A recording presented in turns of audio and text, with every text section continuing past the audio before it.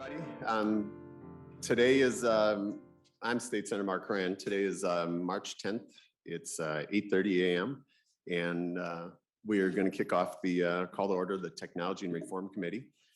The agenda that was posted, we had two bills on the agenda. Of course, we have Senator Bigham's 3723, and we had on the agenda Senator Housley's 3609. We will not be hearing the Senator Housley's bill 3609 today. We're notified they got a little more work before it's ready, and then so they just weren't ready for this morning. So we'll have a hearing on that bill as soon as they get the amendments done on it, but it won't be today. So with that, what we'd like to do is move forward. We got Senator Bigham in front of us, and so we have. I'd like to move before the committee today. Senate File 3723. Senator Bigham, the floor is yours. Thank you, Mr. Chair. And first, thank you to you for allowing this bill to be heard. I think Senator Bigham, could you bring the mic? Thank you. Is that better? Perfect. Okay, Perfect. thanks. First, Mr. Chair, thank you for hearing the bill today. I think this is a very important topic when we're looking at local governments and public safety. And I want to thank my co-authors, Senator Latz, Dibble, Duckworth, and Ingebrigtsen. You know, through numerous sessions, we have heard the financial impact on local governments related to purchasing and starting up a body cam program for their law enforcement. And one of the largest cost factors is data storage.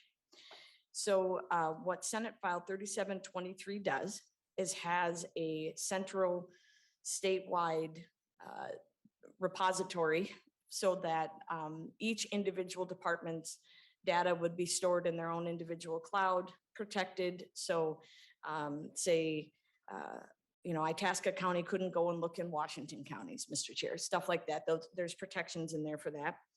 And then that would be borne by the state, the cost of that. And then our good friend, State Auditor's Office, who's here to testify as well, would be the one auditing for procedure and making sure that everything is followed according to state law. Now, a couple things I want to say. This is a work in progress. This has probably a few committees to go through, being that it does deal with a constitutional office issue. So that would be state government and probably some data privacy stuff, Mr. Chair. So we're probably looking at a civil law as well. And I do know that Ms. James had some suggested language to kind of technical language to clean things up. That amendment, either we could do today or it could be done in a state government committee. But I just kind of want to say that this is a work in progress, and that's the point of having these in committee. The other thing I will say is 50% of departments don't have a body cam system. And so it might be a wise approach, talking with some stakeholders, that we do a phased in approach, starting with those departments that currently do not have body cams, and maybe looking at some sort of advisory committee with law enforcement, with the auditor's office, and making sure that we put together a strategic plan to accomplish this. And I think that might also help with budgeting and financing. So, Mr. Chair, those are some things that I'm just kind of throwing out there as we discuss that. And happy to stand for questions. We do have the wonderful Dakota County Sheriff Tim Leslie to testify. And I will say, prior to session, I met with my CLEOs, the chief law enforcement officers, and this issue came up with my sheriffs. And full disclosure, they all have body cams, but it's a concern statewide. And of course, they want to help each other out too, to make sure that and advocate for each other that they're having appropriate resources. So he's here to testify. And I do know that the state auditor is in attendance as well to say a few words. Excellent. Thank you, Senator Bigham. And so we'll do one quick question, Senator Draheim, and then we'll finish up. We'll have the testifiers, and then we'll do all member questions in as well. Senator Draheim. Thank you, Chair. And thank you, Senator Bigham, for bringing this bill forward. I was wondering if it would be okay if we just got a real quick update on the changes that are being suggested from nonpartisan, and just kind of a 2-minute description of what needs to be addressed, so we just have a frame Right. Yeah. before the testifiers start. Absolutely. Thank you, Senator. Yeah, Drahan. Mr. And Chair, because Senator- then you can decide if Sen- you want to do it today or if you want to have Senator it. Bigham, would you like to have Ms. James? Yes. Give it, okay, Ms. Yep. James, I believe you're on. If you could, please state your name and for the record and give us update, the highlights of the proposed changes. Mr. Chair and members, the suggestions that I proposed are completely technical, non-substantive. The bill right now has a couple different names for the repository, and so one suggestion I have is to just be consistent with that, and I don't think the adjective central is really necessary. I think we can just call it a state repository. So some of the changes are that. Another change is to eliminate the phrase on line 1.12, eliminate the phrase established systems and protocols. So it just says the commissioner must limit access to only the law enforcement agency. So you just put the requirement on the commissioner to do that, and you don't have to have the intermediate language about the systems and protocols. And then the other thing that is in the amendment is that there's a couple references to the commissioner. And in this chapter of statute, the commissioner by definition is the commissioner of admin, but really what's intended is the commissioner of IT services. So it fills that in a couple spots where that occurs. And that is all that's in the amendment. Excellent. Thanks, Ms. James. And we have the amendment ready if you all choose to. Yeah, I think we should get the bills in Absolutely. continue the migration of the bill into its form. So if you have the bill ready, I'll move that motion as well. If we can get that distributed, do we have it? Mr. Chair, I just emailed it. All right, so Senator Bigham, and if we could move, Ms. James, send that to Alec, and then we'll get that moving. But in the meantime, we'll do testimony and continue on with our questions, and then we can adopt it before we take action at the end. Mr. Chair, that sounds great. The one thing I just want to clarify, which Senator Drahan, it triggered in my mind, we are not actually changing any data privacy or any established systems or protocols. So that is very helpful and clarifies that. So we're not messing with any timelines of when to distribute body cam. We're not doing any of that. So that's very helpful to the bill. Thank you, Senator Bigham. I know you want to try and get the civil law in both judiciary as fast as you can. All right. So with that, what we'll do is we'll continue on with testimony. So if we could have, I believe next on the agenda is the Sheriff Tim Leslie. Mr. Leslie, if you could state your name and for the record, and the floor is yours. Welcome. Thank you, Mr. Chair. It's Tim Leslie, L-E-S-L-I-E-M, the sheriff in Dakota County. And I want to thank Senator Bigham for bringing this forward. We've been talking about this at the Minnesota Sheriff's Association for probably a year and a half or so, realizing that many county sheriffs and local law enforcement do not have the resources to have a body-worn camera system. And so I'm going to use a few analogies, if you don't mind. In the Dakota County Sheriff's Office, we were the first sheriff's office to have body-worn cameras in the jail. So we've had those since 2015. They've been awesome in terms of reducing our liabilities and frivolous lawsuits. We've had them since 2020 in the patrol division, and so they're working great. We just got a federal grant.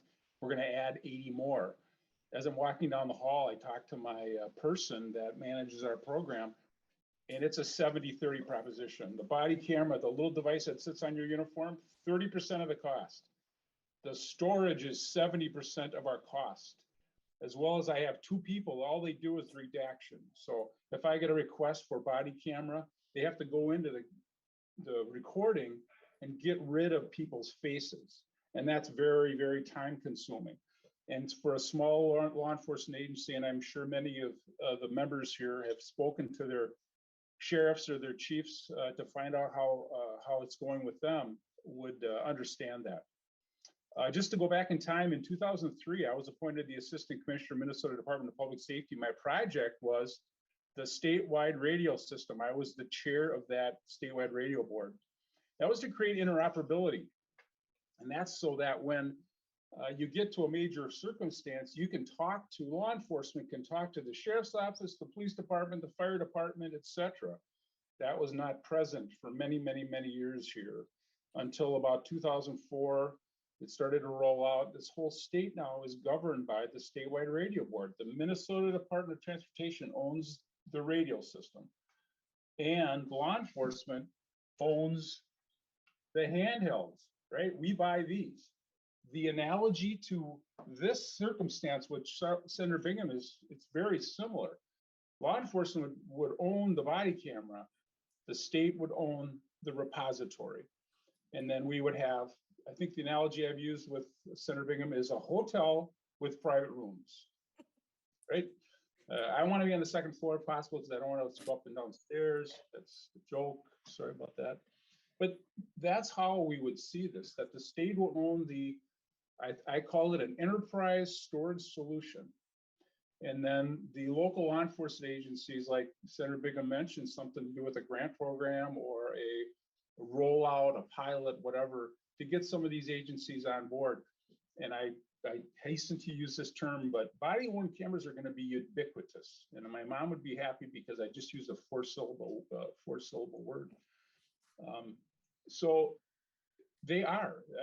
It's like taser is ubiquitous. Every law enforcement officer has a taser. Pretty soon, every law enforcement officer have a body-worn camera because that's the first question we ask.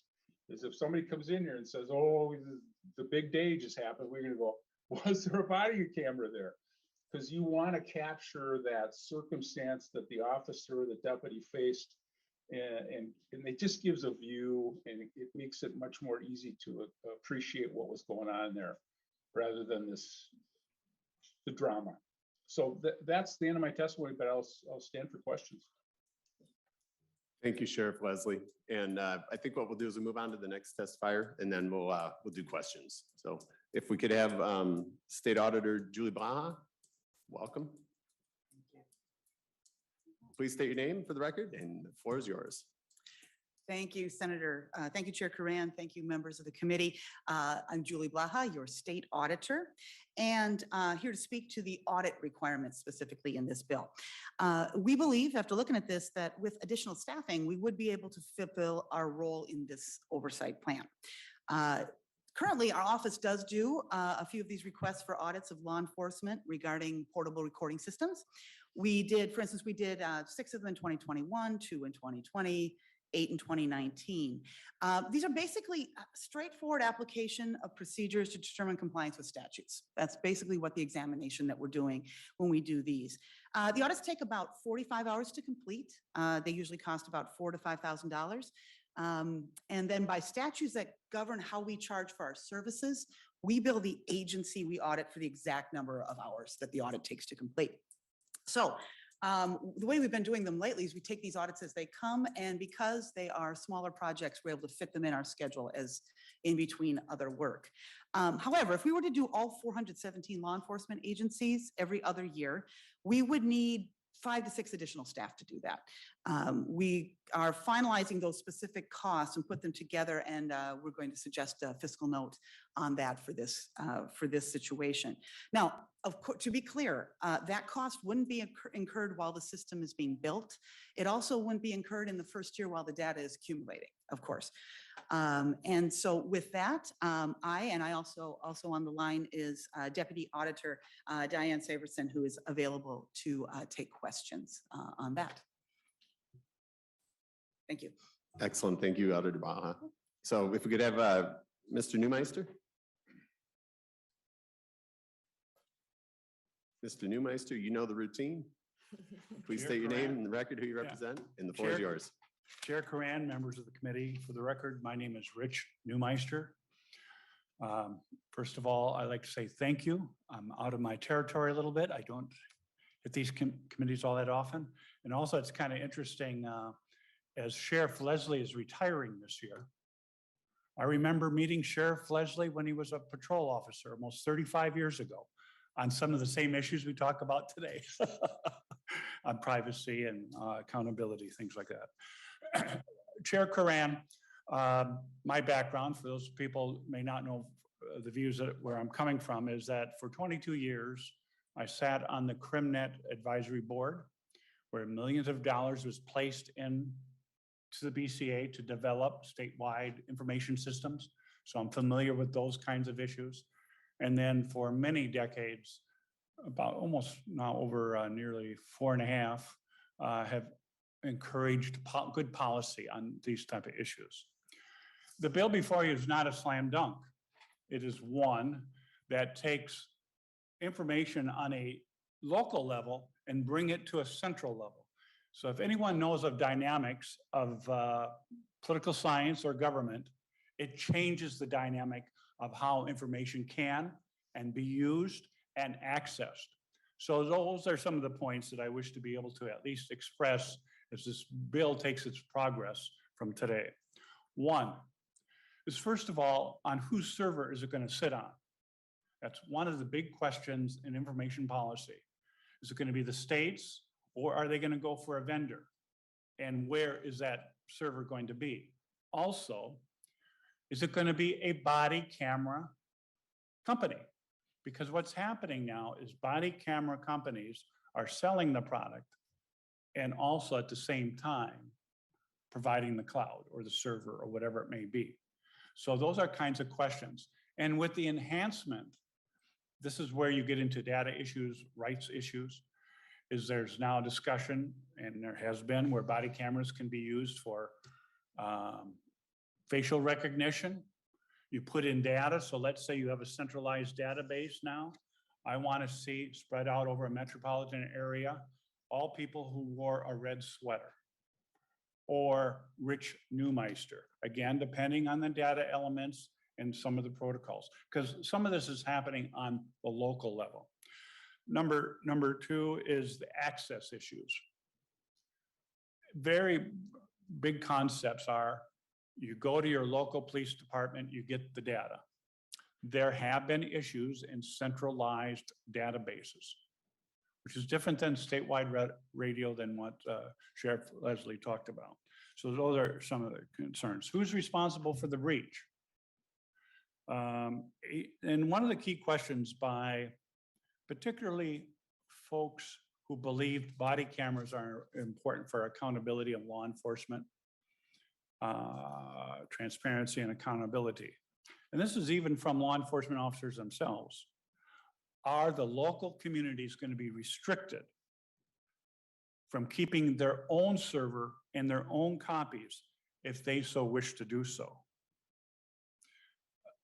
The whole issue about audits, Chair Coran, is that when you now change a dynamic of a law that's been around for 6 years, it will bring out people like me and other interested parties to add on, maybe to add on some of the deficiencies that people have seen in the auditing process. So it's important to be aware, this is just not, okay, let's fund and put together, and it's all on servers. A lot of other policy questions will come into play. The one thing that was kind of interesting, and I talked to a tech person late last night, and he shared with me this point here. Let's just say, for example, if it's decided, and as Sheriff Housley and other law enforcement people will tell you, is Axon cameras. That's basically the product that's being sold of body cameras. For example, you upload to evidence.com. When they are placed in a charging dock at end of shift of an officer's time, is evidence.com, which is a third-party vendor, going to be exclusively managed by Minute? Mr. Chairman, members of the committee, I'm just trying to share with you, this is not no slam dunk, easy thing. There's a lot of questions. And speaking with Senator Bigham, Mr. Chair, yesterday, I like the idea of an advisory group. And this is what I've seen over the decades on these kinds of issues. There should be one with stakeholders like the public involved too. So with the bill, Mr. Chairman, I hope it's damn the torpedoes and full speed ahead. But hey, I'm not looking for torpedoes, and let's have good public policy. And Mr. Chairman, members of the committee, as someone who's been part of this process, like I said, for a very long time, I'm willing to participate and to help make sure that there's good public policy, but also a great number of those policy questions need to be answered and dealt with and be truly stated to policymakers and the public. Yeah, thank you, Mr. Newmeister. And your thought process and aligns with mine. There's so many of those elements when we move this. Access, retention. Sheriff Leslie talked about 2 FTEs. Where does a transfer of that work move, if it transfers at all? In addition to the quality of data, facial recognition, the data privacy of search and being able to hunt for your red shirt or Mr. Newmeister walking through, or where's he been located? Those are the types of things that are complex when we talk about it.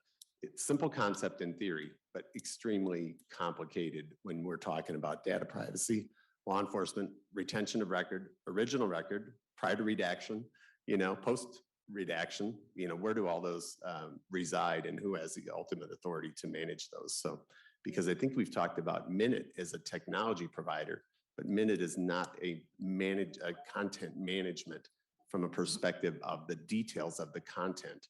In this case, it looks like it may be a function or a necessary function as we move forward. So lots of work to be done. So Chair Karen, I thank you very much for the time, and committee members. thank you, Mr. Newmeister. So with that, members, we do have the amendment ready. Are you guys going to print that? Everybody's got it emailed. Yeah, Chair, everybody has it in their emails. I don't think we need to print it. Yep, so and it's been posted. So what I'd like to do is let's take care of the amendment. Let's get that done, and then we'll move on to member questions. So what I'd like to do is I'll move the A1 amendment to Senate File 3723. And what I'd like to do is if Ms. James, if you could just go through the details of the amendment line by line, and then we'll go through that. It's an author's amendment. Actually, yeah. So if you can just go through the description, it's an author's amendment. We'll move it forward. Thank you. Ms. James. Mr. Chair, sure, I'm happy to describe it line by line. Lines 1.2, 1.3, 1.7, 1.8, and 1.11 of the amendment are taking care of a consistent naming for the system and turns it into state repository throughout. And then line 1.9 to 1.10 just fixes the name of Minute, which we don't call Minute anymore exactly. And line 1.4 to 1.5 fixes the designation of the commissioner. As I mentioned in this chapter, commissioner is defined to mean the commissioner of admin, but what's intended is the commissioner of IT here. So that fixes that. And then line 1.6 of the amendment takes out what I think are extraneous commands to the commissioner to establish systems and protocols, and turns it just into a direction to the commissioner to deal with the safeguarding of the information as described in the bill. Excellent. Thanks, Ms. James. So members, with that, we've got the description. It is an author's amendment. This is the first stop. So what I'd like to do is adopt it. We've made the motion. All those in favor of the motion, A1 amendment, indicate by saying aye. Aye. Those opposed? Motion carries. The bill is amended. So members, questions? Senator Port. Thank you, Mr. Chair. Thank you for bringing this bill. Talking with some of my local law enforcement and hearing from Sheriff Leslie as well. This is it's a big expense for local jurisdictions, and it's a big time commitment as well to manage this data. So I think a solution, we need to find a solution. And I appreciate Auditor Blaha coming today to express that their office is willing to take on the auditing of that data, which is a big piece of it. But I do think there are some questions still. And one I have is, so if a person requests access to body cam footage, would that still go through their local jurisdiction? Would it go through the state repository? Would it go through Auditor Blaha's office? What would that process look like? Senator Bigham. Mr. Chair, thank you. And thank you for that question, Senator Port. We're not changing the process of how that would request. So that is it would be under current process, current law. Senator Port, follow up?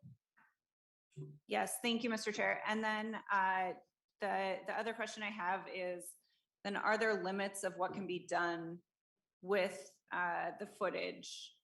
Each jurisdiction currently can use facial recognition software if they choose in their jurisdiction? Could that be done statewide then without local jurisdictions, coming into it? Do they still maintain ownership over the footage?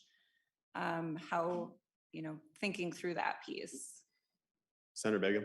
Mr. Chair, thank you, and thank you, Senator Port. So again, this would just be the storage side of it. The local governments would still have to act under current statute. So if Burnsville, for example, had a request for that or was using that, that would be for them.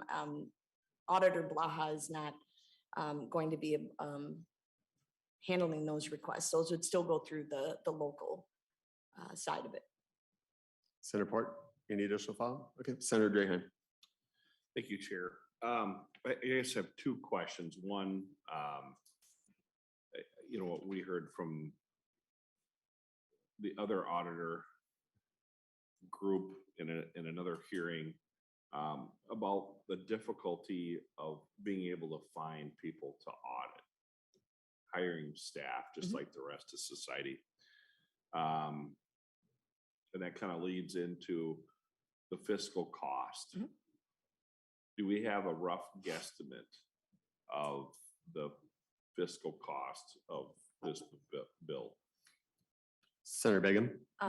Mr. Chair, Senator Draheim, I'm going to ask Auditor Blaha to come up to answer the first and second part. But what I will say is this: I actually think as we are fine tuning this legislation, a phased in approach, maybe starting with departments that do not currently have any body cam system, and then an advisory panel, I think that Mr. Newmeister said is probably warranted to be discussed, and that might be more of a state gov thing. But I do think there are ways for us to manage that fiscal impact in a very responsible way. So if I could have Auditor Blaha talk a little bit about what kind of auditors she would be looking for in the cost of that. Auditor Blaha. Thank you, Chair Coran. Thank you, Senator Draheim. Yes, the OLI and the OSA share some of the same challenges in hiring auditors. And by the way, anyone listening, if you are an auditor, we are a wonderful place to work. Work-life balance, just saying. But one of the things, again, I think because there's a couple of years before we'd be starting this, I think there's a help in that we're talking again, if it takes a year to get the system together, if it takes another year to populate the data, that's putting it out of ways. Right. Also, I think I'll remember that would be if we are doing a couple of hundred entities a year, that would be 5, for a biennial if we're doing everybody. And an auditor on average, when we cost them out at about $100,000. Now, again, we'll work up a very specific fiscal note to make sure that we're correct here. But this is one of those things we don't necessarily have to have someone with top level experience to do this audit. But again, I think we're talking about 5 staff at about $100,000 each is about where that's going to come in on our end. But again, if there are fewer audits, we would hire fewer staff. Senator Draheim, follow-up. I just want to switch gears a little bit and put my tinfoil hat on. And, how do we, Senator Hoffman, you find that funny? How do we ensure, I think every time you move data, there's a chance for things to happen, either it being altered or corrupted. And this is probably for Senator Bigham more so. What safeguards are in place to do this, to ensure that there's less of a chance that things going wrong, if you know what I mean? Senator Bigham. Mr. Chair and Senator Draheim, I share, the concerns of the integrity of the data that will be stored. And I think that that's incumbent upon the commissioner and, the advice and experts that she receives whenever this would become law, if it does, and who's ever in that role. I think also, again, looking at what we've done in the past and learning from what we've done in the past, I think is important. And we're not changing any of the protocols that of integrity or data that local governments that currently do this are using. So those standards that are in place now would be the expectations unless we change them in this process or in another piece of legislation. They're going to be under what we currently expect. And the current, I mean, I'm the lead of civil law, Senator Draheim, and so I get all the auditor reports, and I have yet to find one that had a major issue. And I scroll through they come with a summary, and I scroll through that, and I have yet to find one that has a major breach. So. Thank you, Senator Bigham. Senator Graham, any follow-up? Mr. Newmeister, Yeah, did you have a just wanted to comment? add, Mr. Chairman, Senator, it also depends on what the commissioner is going to do. If it's going to be on state servers, you know, if it goes out to a third party, a contract, all those are things that are important to address because, Mr. Chairman and Senator, I do believe that, again, when you go from a local to a big system, when we've experienced, there have been breaches, there are issues, but it all depends on, like this is why, Mr. Chairman, Senator, this advisory group is an important element to go over those specs. So those kinds of things that you talk about do not happen. Again, I only go to my experience of helping develop the statewide supervision system, putting enhancements in the statewide criminal justice system. Because if you remember, the old CrimNet was getting the right information on the right people at the right time, at the right place. And all those things are important. So I hope that helps just explain a little bit more. Thank you, Mr. Newmeister. And we have, next up, we have Senator Wickland. Oh, thank you.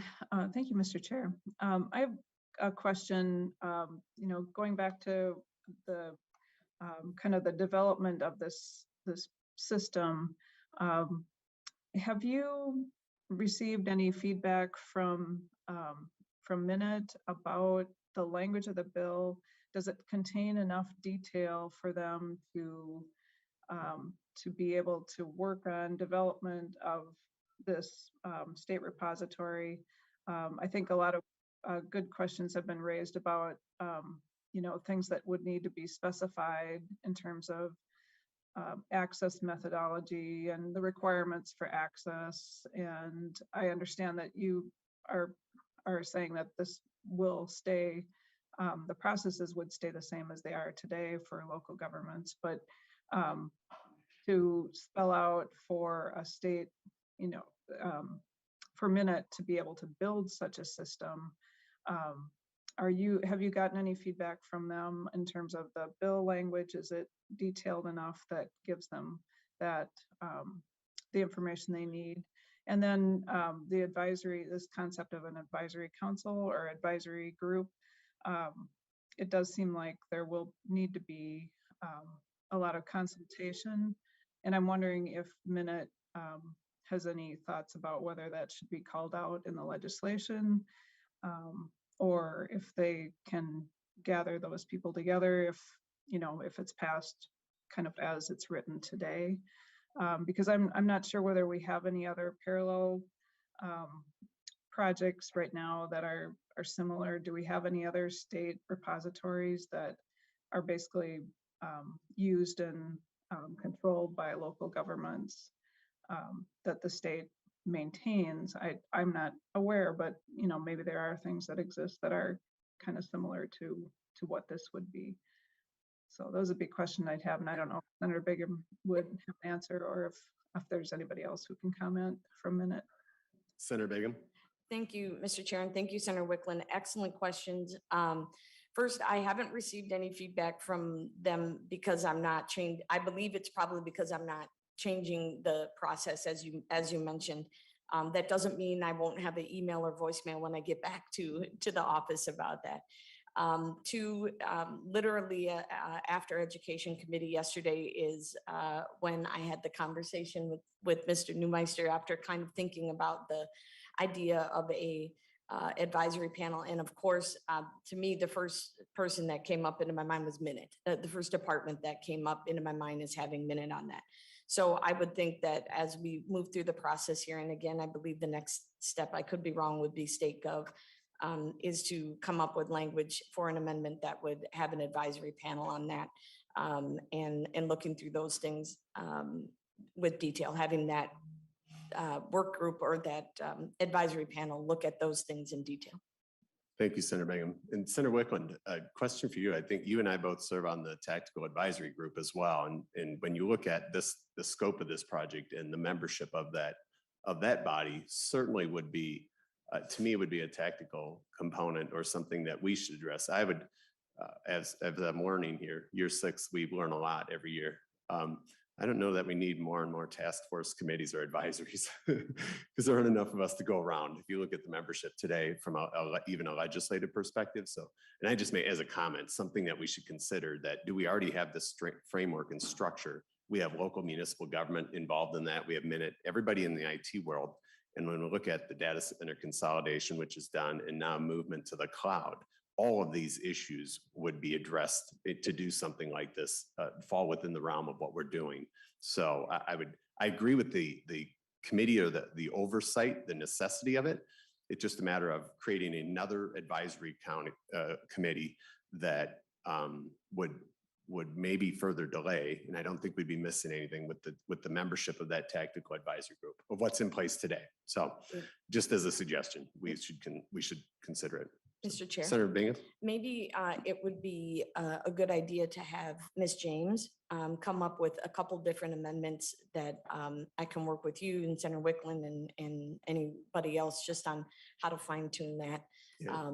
Whether it's what you suggested, which I'm fine with, or whether it's having a more specific group in the beginning and then transferring it over to what you mentioned. I think there's some options there. So maybe if Mrs. James can work on some language on how that would, couple different amendments, we can run them by you and Senator Wickland and see what you think. And then as we move along in the process, incorporate that. Yeah, Senator Bigham, I think when we walk through all the steps, and we'll get to some more of those questions today, but really bringing the architecture of Sheriff Leslie said that it takes 2 people for him to do the management. What I'm hearing from you is none of that changes. We're really looking for just a central consolidated repository for data. Correct. That's it. Correct. So it doesn't alleviate the local enforcement agencies' requirements to do the redactions and all of them. We're talking about file storage, not the content of the file. Correct. But making sure we have the integrity of the file maintained as we receive it and for preservation and utilization to only those that have a need to know. Correct. And so then I'm just kind of walking through the procedural pieces of it, of all of what you've described. And in that case, then Minute has an advisory role. We'd probably need a database administrator, somebody that just, minimal cost at that side. And then from the state auditor perspective, you are literally just going to manage from a content and not content, but a control mechanism and access point mechanisms, because you will not be analyzing the content of the data, which is what you do today in most cases. So in Auditor Blaha, if you want to come up, it's one of the questions that I have, because you audit for content, audit of files, and not that an audit was placed, but the content and the validity of the content and what comprises of a financial record. In this case, as I'm seeing it, and I think that's where the clarity is going to have to come, Senator Bigham, is the role of the auditor. You can audit that the content, the access, and a file, a series of files from the source to the repository and the retention and its life, is maintained. But I don't see you wouldn't have the skill sets or the abilities, because it would be random to validate the content of a file, specific recordings. And so I guess your understanding of it today, what would you be auditing if it's different than what I just described? Auditor Blaha? Thank you, Chair Coran. I'm not sure if it's different than you described. I might describe it differently. What we will do is we will we test compliance with statute. So whatever's in I that see that. statute, we test that compliance. So it's like you're saying, we're not necessarily going to be, saying that, I'm not sure what, if I know what you mean by content. What we're checking to see is, are they following, is an entity following the statute? So we need access to the data to test that, but we're not testing the data itself. So if you're talking about testing data integrity in a system like that, I think that is different. Again, at this point, we're testing is, do they have a policy? Are they things that are supposed to be logged and saved? Are they being logged and saved? So those, yeah, we're testing that kind of action. That is audited by that, and that's Yeah. what I meant, because you have no ability to audit the content of the file. It's a video. And you play no role in that video. You have no identification. You don't know a source where it came from, but you don't know the content or the structure in which it was recorded under. And so you can do the statutory controls and making sure that the local entities and then access controls and all of those types of things, I would imagine you could do, but not content. I just want to make sure we have a Exactly. We clear need to have- understanding. I'm And- sorry.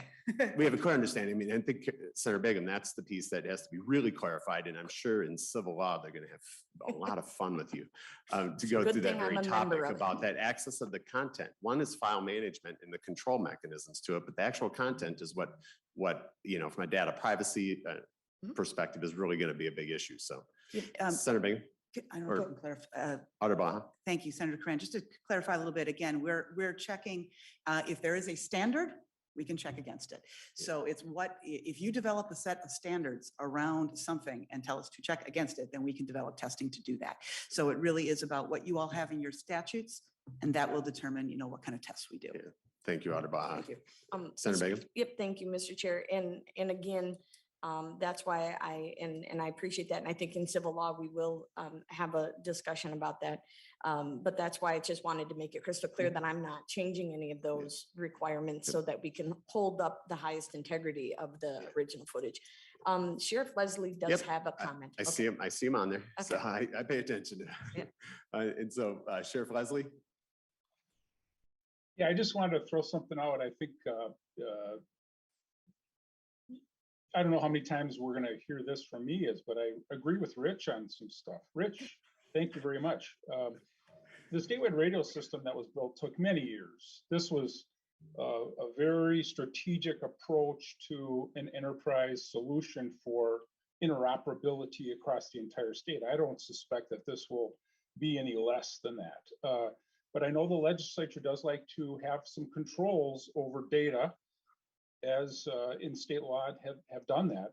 My only caution, I love the conversation. My only caution is, so you get, but like I said, I have two people. That's what they do. They're really, really good at it. But I have $25 million budget and 200 people.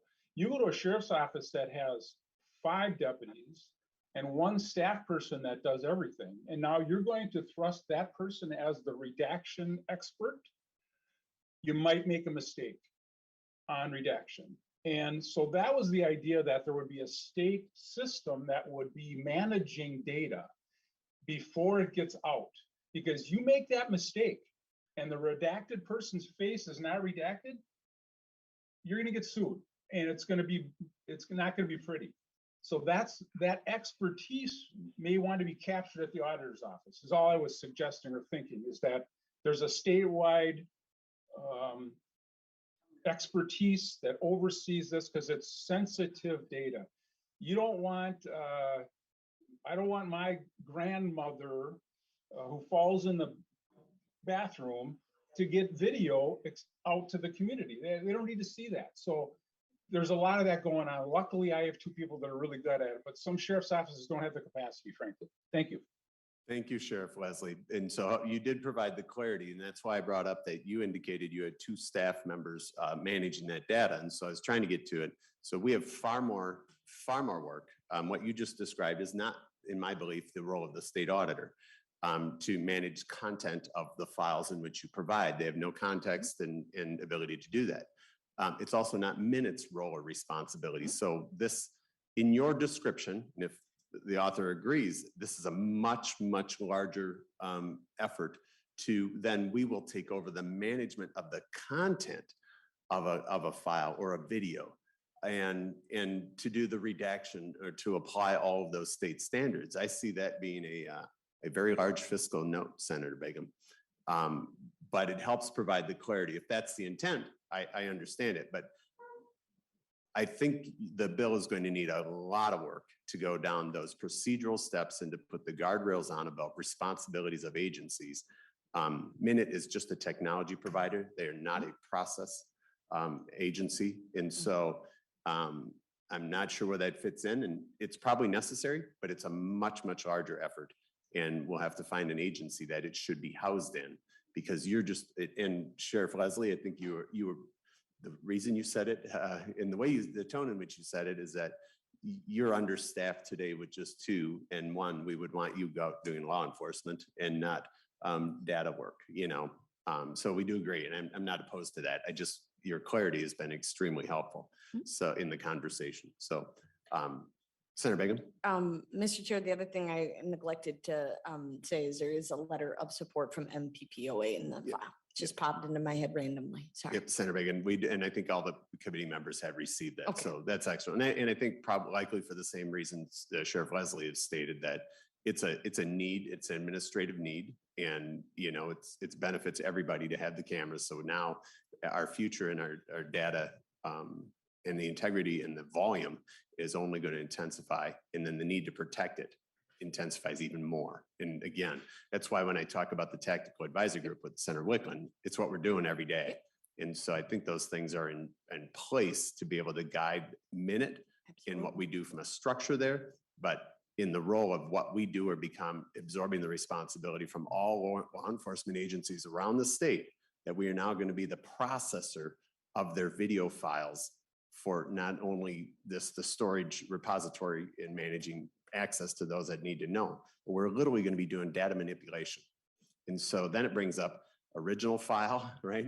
It's saved, and it has to be saved in its original format, and then it moves into, the data encryption and the type and the cost in which we have to apply the technology for that, because we have to maintain that original record. Because if not, then it adds very little benefit to the local law enforcement agencies. Correct. And then the redacted copy of that, which then can be distributed only on a needs to know for future purposes and, to be defined. So I think we have the structure in place to be able to manage that from a Minute perspective, but you're going to have to find an agency, and we'll get to figure out where that goes from an operational perspective, because that's, if Sheriff Leslie has 2 and he's got a small department, we're talking about dozens of FTEs on an ongoing, and only increasing in need as the volume of data and everybody adopts that technology across the state. So it's just a comment, but I think the conversation's brought it much more clear. So anybody question? I know I got Senator Hoffman next. Thank you, Mr. Chair. And it sounds to me, I mean, a couple of points, but prior to that, you're segueing into a whole bunch of things that validate what was happening in this conversation. It sounds to me like you want to set up a blue ribbon panel to Senator Hoffman, I think we just formalized it. But actually think about it. I think it's one of the actual needs.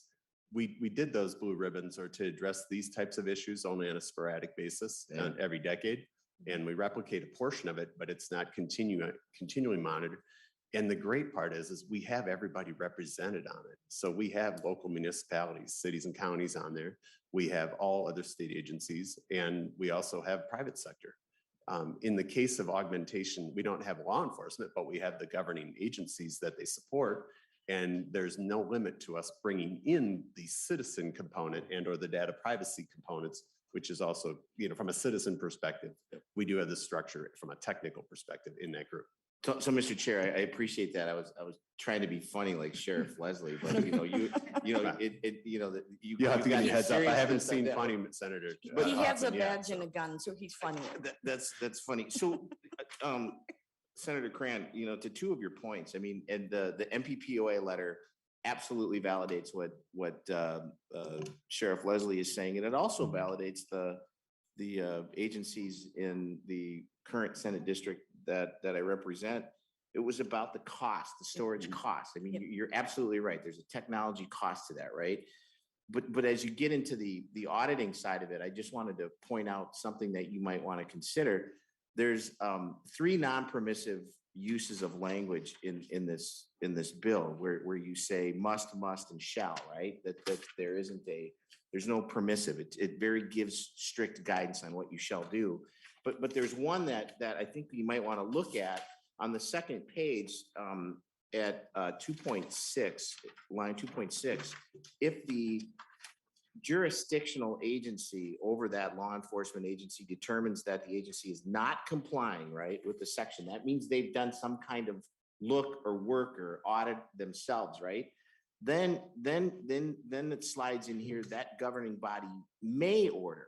And you know as well as I do, I sent you a snapshot yesterday of an agency. I won't name the agency. It's a pretty large agency in the state of Minnesota that somebody had pointed out some, problems that were happening. And there were 6 layers, Mark. Do you remember that there were 6 layers that somebody pointed out because they had done their own audit, and nobody took advantage of that until the legislative auditor sent us the report that said, this is what should have happened, right? But I'm concerned when I see non-permissive, and then all of a sudden there's a permissive piece in there that says may. It's like I don't know, blah, may, right? It's like one of those things. It's like, so I think going forward, I don't know if you want to fix this here or go deeper in the weeds on that one, but if there's a non-compliance issue, right, there should be an automatic trigger that says we need a third eye on this, and maybe that's whether it be the legislative auditor, I don't care. I'm not going to go down that rabbit hole. But Senator Hoffman, I think because right today, I think the further clarity is of really the roles and responsibilities of that government. Who is the governing body? Right. We don't today. It's not Minute. We know it's not the state auditor, and so yet to be defined. I think in that process, then that language can be clarified. What are the procedural steps necessary when it falls out of compliance? Right. But we've got a lot of definitions of the business process before we don't have to engineer the whole thing, but I think it's about 25% baked, and we just identified a bunch of ingredients we need to add to that baking list. And so I think that agency, the home of who will be that managing body, and then what are the rules around it to ensure that the local municipalities are doing their role, their share. But right today, if the intent sounds like they literally will just be the transfer of those data files, and the roles and responsibilities of all the data management, the content management will roll on to the state. All the redaction, what application of all the state statutes today, and those that may be new as a relationship to this process, I think would provide that clarity and then can be addressed at that time. So Mr. Chair, to your point, because there's an assurance factor in here. You want to be assured that if somebody points out something that's wrong in the system, we don't want the system, and I'm not pointing fingers at anybody here, but we don't want the system to just kind of set that aside, because to my point yesterday, what I shared with you and Senator Abler, there were 6 layers of people that, ignored a system problem. Right? Senator Hoffman, I think the complete oversight, one, as it reaches out to the, because one, you're talking about, those are daily activities. It's going to be continuous 24 hours a day, actually 7 days a week. So that load is going to be pretty significant for that managing group. And so, yes, I think the level of accountability must be very clear in statute. And I call those error resolution activities. So what falls outside of normal? We do that every day. And normal is just a cycle on a wash machine. Wow. And so what is that, and what are the procedures for that? Because it will have some need to be, at least at the high level, defined in statute because of the content of this process and the seriousness of the data included. So you can't leave holes in it. I agree with you. Mr. Chair. Senator Bigham. So, Senator Hoffman, that is already current law. We just moved it from one section to another. So if you look at lines 1.23 through 2.2, that's the exact same language that is now just moved to that part B. So it's current law. They just as it was written, it just moved it in where the location is. And then I would say that as far as the lack of clarity, I don't think there is a lack of clarity over the law enforcement agency. It's clearly the one that has jurisdiction over the budget of the agency. So, I mean, I get where you're going, but I mean, if Cambridge PD or Itasca Sheriff, I mean, they're the ones that, I mean, it's their footage, it's their data, it's their. Right, but now what Senator Bigham, you just described, and what we talked about is a process that absolved them of the burden to do redaction or file manipulation, because it's going to roll onto this, whatever this new state entity is, or that resource. And so they can only be accountable to the point they transfer that file to us, then it's out of their hands. And then they will be limited, they will then be limited to only the files that they get access to, right? The need to know, and that agency by agency. And they're going to count on that work that's being done by that state agency for the information that they then retrieve on an as needed basis. And so they won't have the, I mean, it will be outside of their control. Today, they control all of it. They have the burden to do it, but they also control all of it. And what you described is they would lose that control. So. And to her point, Mr. Chair, if I can, to that point. Senator Hoffman? Thank you, Mr. Chair. No, it's not like a clarity that we in the structures of our agencies, a lot of times don't have the assurances in place that if somebody raises a point, right, in this case, there's a compliance. If that financial agency says, oh, there's a compliance issue here, right? Rather than having permissive language that says, well, you may get an independent investigator. And my case in point was yesterday during a conversation I had shared with the lead in our human resources, our human services reform, and with Senator Cran, an agency that knew that there was a compliance issue at the lowest level possible, the person in charge, right? But there were 6 layers above that did nothing with that information. And it wasn't the agency that was being assured of that. It was our own legislative auditor who in a report said, oh, you might want to take a look at this piece on that one. So anytime there's permissive language about that, it just kind of sets me aside saying, well, where's the assurance in place that's there? And that's what I'm just getting to the point at. So And thanks. Mr. Chair, yeah, Mr. Chair, the other kind of to that point is the local law enforcement agency is still going to have access to this data. I mean, it's not like hit send and it's only the auditor that has it. So, and I have no intention of denying a local department No. access to that. Senator Bigham, I So- don't think anybody's arguing that Okay. point. It's just. And maybe, I don't know if Ms. James wants to kind of further clarify some of this of what's in But- current law, or unless you. Senator Bigham, I'm not sure that it's Okay. necessary at this point. Again, I think the big missing pieces to that, to define those roles and responsibilities, is going to be start to define that outline of who is going to be that responsible agency. Because that will then help move and clarify and assign the roles necessary and the corrective action that is going to be necessary because of the content and the dependency in the out years. Sure. That we don't get to go back and redo this Correct. in a court case or a criminal trial, whatever, whenever they need that vital data. Right. So, Senator Porter.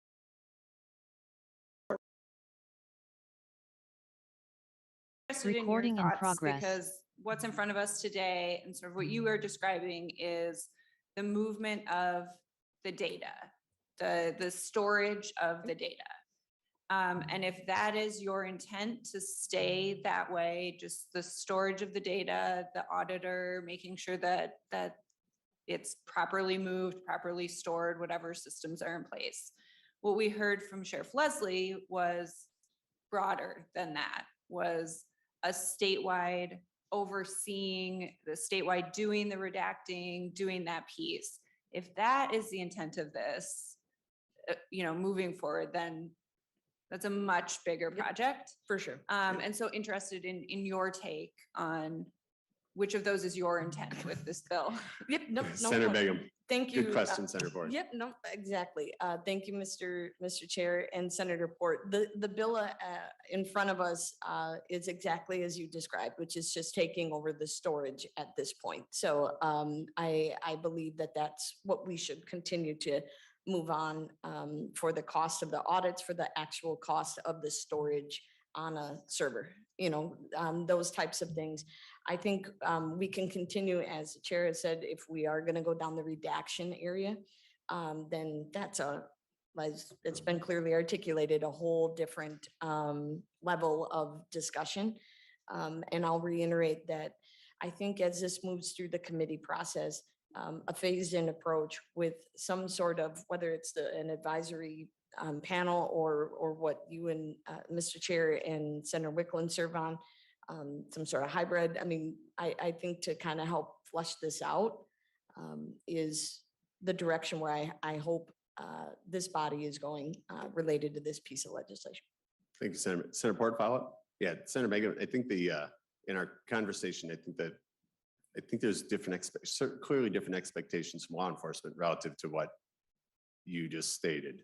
And so I think you're going to have to really go back with those guys, because if it doesn't appear that the storage is the biggest issue, it's the work, the storage, and the combination of all of that they're taking on the full management of it. And it sounded like, at least from Sheriff Leslie's testimony, that was their hope to offload some of that, especially as it grows. So it's your bill. You get to drive down that direction. Sure. And so as you provide that clarity as we move on, the rest of and if it does expand, then we've talked about the things that need to be clarified. So excellent. Any other comments, members? I don't see any hands online.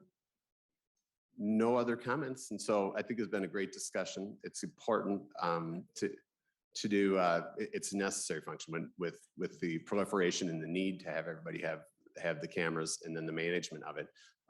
It's a much larger test than I think the average person understands, to make sure we have that data and we secure it for the history of it, and only those that need to know have access, and to help our local law enforcement as well. So with that, what I'd like to do is I'll move that Senate File 3723 as amended be recommended to pass and be referred to the Civil Law and Data Practices Committee. So all those in favor say aye. Aye. Those opposed? Motion carries. You're Thank on your you. way to Civil Law. Thank you, Senator Bigham. members. Thank you. And members, we have no further bills before us today, so that will call to the end, and we'll adjourn the Technology and Reform Committee. Thank you, everyone. Recording stopped.